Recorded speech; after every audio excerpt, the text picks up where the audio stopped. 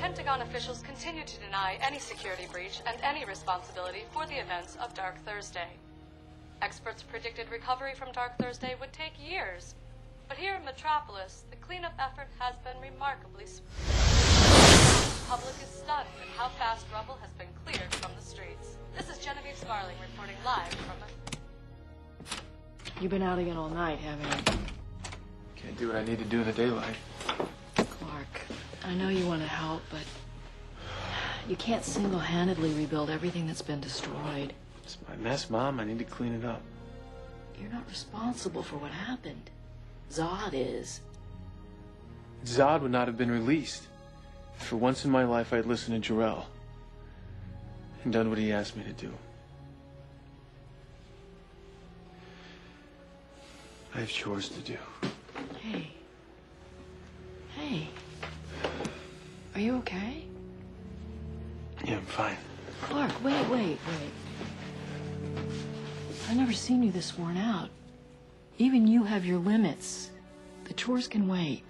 I'm okay. Really, I'm fine.